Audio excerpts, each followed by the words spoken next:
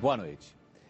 O dia já amanhece lá no Oriente Médio e o que se espera nesta terça-feira são mais ataques israelenses contra palestinos na faixa de Gaza, talvez até uma invasão por terra.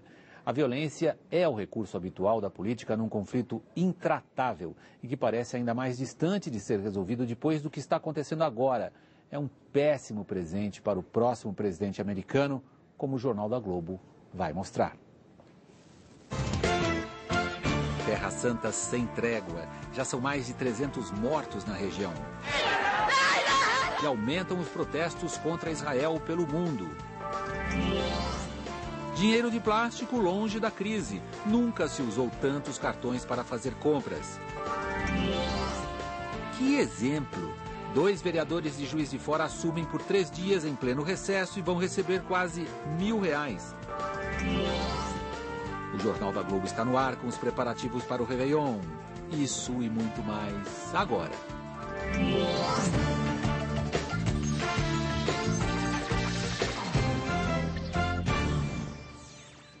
O IGPM, a inflação calculada pela Fundação Getúlio Vargas, fechou o ano perto de 10%, que vão se refletir nos ajustes futuros de aluguéis e das contas de energia elétrica. Menos mal que o IGPM também mostra queda nos preços do atacado em dezembro. Fazia 4 anos que o brasileiro não via o real perder tanto poder de compra.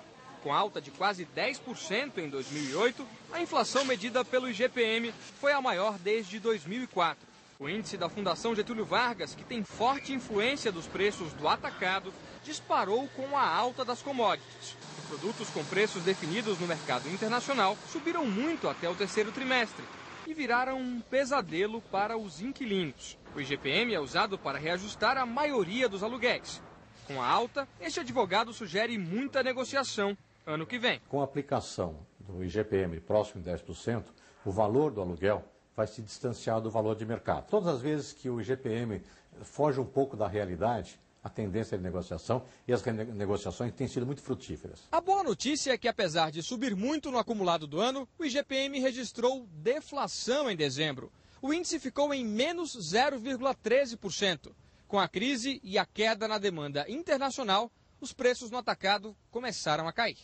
Para a FGV, a tendência é que o consumidor seja o próximo a sentir um refresco na inflação. Ao longo do ano, a tendência da inflação, exatamente porque os custos das empresas estão diminuindo, né? Os preços das commodities, das matérias-primas, esses itens estão baixando, né? Isso vai acabar sendo repassado para o consumidor. O mais importante são as 2 quedas consecutivas das taxas mensais e uma queda já ocorrida também no caso do IPCA, que, se repetida, a meu ver, irá caracterizar um cenário muito propenso a induzir, aí no caso do Copom, a redução da taxa de juros.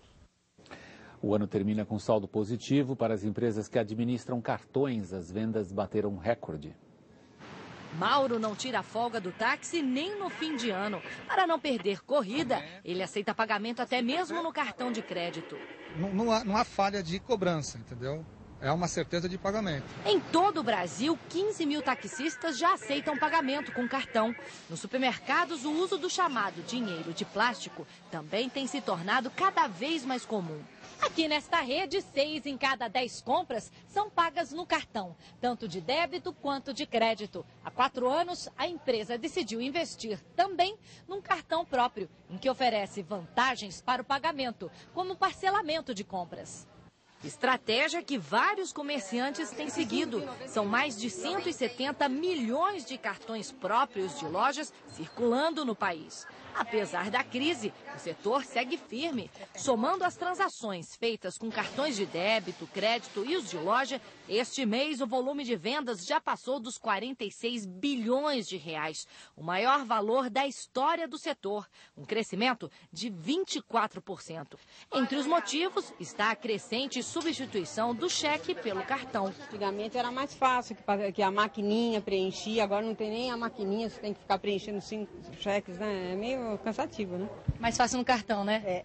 bem mais. As empresas também apostam em clientes numa faixa de renda mais baixa, que nunca tiveram acesso ao crédito. Os próprios bancos têm chegado cada vez com maior frequência a essas camadas de menor renda e que começam a utilizar também cada vez com maior frequência os seus cartões de crédito. Não é para fazer pequenas compras, não é para uso no seu dia a dia, para farmácia, postos de combustíveis. É o caso de Everaldo. Apertado no fim do mês, ele recorre ao cartão de crédito para pagar as compras do supermercado. Mas nada com exagero. Se você usar demais, não conseguir pagar, os juros são altos, então tem que maneirar, tem que ter controle. Nem o socorro do Banco Central impediu mais uma alta do dólar no penúltimo dia de negócios do ano. A moeda americana terminou cotada a pouco mais de R$ 2,40, com avanço de 1,94%. A alta acumulada no ano é de 35,96%. A Bovespa fechou em alta de 0,53%, defendida pela alta das ações da Petrobras. Mas o valor de mercado de 323 empresas de capital aberto caiu 871 bilhões de reais desde o começo do ano. O conflito entre israelenses e palestinos fez passar da casa dos $40 o preço do barril do petróleo em Nova York. O aumento foi mais de 6%. E o conflito no Oriente Médio teve hoje o terceiro dia seguido de pesados ataques aéreos à faixa de Gaza, com o ministro da Defesa israelense prometendo levar até o fim a guerra contra o grupo Hamas. Israel continua atacando alvos que descreve como parte da infraestrutura do Hamas. Imagens feitas pela câmera de um jato israelense mostram a destruição de um túnel entre o Egito e a faixa de Gaza, usado para abastecer a região, inclusive de armas. Segundo uma agência da ONU, os ataques mataram pelo menos 57 civis, inclusive 8 crianças e adolescentes, enterrados com muita revolta. Mas os foguetes e morteiros palestinos em sentido contrário também não param. E mataram 13 israelenses no terceiro dia de conflito. Entre eles, uma mulher na cidade de Ashdod, mais de 30 quilômetros ao norte da faixa de Gaza, atingida pela primeira vez. O ministro da Defesa israelense, Ehud Barak, disse que Israel vai até o fim na guerra contra o Hamas.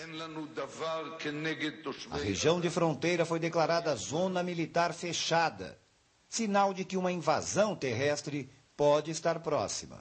A ação israelense, que já causou mais de 300 mortes de palestinos, gera indignação em várias partes do mundo. Em Beirute, milhares de pessoas participaram de uma manifestação convocada pelo grupo islâmico Hezbollah. No Cairo, manifestantes acusaram o governo egípcio de conivência com o bloqueio imposto por Israel à faixa de Gaza. Em Atenas, manifestantes entraram em confronto com a polícia. Protestos também em Berlim, Londres, Roma, Paris e até em Israel, onde o governo é impopular e há eleições gerais marcadas para fevereiro. O presidente eleito americano ainda não se pronunciou sobre a recente violência entre israelenses e palestinos. Jorge Pontual, boa noite para você em Nova York. Se havia alguma esperança de que Barack Obama pudesse trazer, quem sabe, novos impulsos a essas negociações de paz no Oriente Médio, com esses acontecimentos das últimas horas, ele ficou de mãos amarradas. Boa noite, William. É claro que Israel está aproveitando ao máximo as últimas semanas do governo de George Bush, que sempre deu aos israelenses sinal verde para qualquer operação militar para impor uma situação de fato, antes que Obama possa mudar alguma coisa. Para piorar, é provável que em fevereiro seja eleito um novo governo israelense ainda mais duro que o atual. Entre os conflitos que Obama vai herdar de Bush, este parece ser o mais difícil de resolver, William. Obrigado, boa noite, Pontual. A supremacia militar israelense é incontestável, mas não foi capaz até agora de trazer ao país calma e segurança. Em outras palavras, o emprego apenas de força bruta não resolve. Ao contrário, parece fazer o jogo preferido do Hamas, um grupo que só prospera no banho de sangue e que passa de provocador a mártir. E a popularidade do futebol brasileiro entre palestinos fez parte involuntária hoje no registro da violência da faixa de Gaza. A agência Reuters, uma das mais importantes do mundo, colocou em circuito internacional a foto do momento em que prisioneiros palestinos escapavam de uma prisão destruída pelos bombardeiros israelenses. Um deles com a camisa do São Paulo, campeão brasileiro. Camisas de times brasileiros e da seleção são muito populares em toda a região. Daqui a pouco, os vereadores por 3 dias que não vão trabalhar, mas vão receber. E já no próximo bloco, Rio de Janeiro, hoje à noite. O casal é morto a tiros e a filha de 3 anos está em estado grave.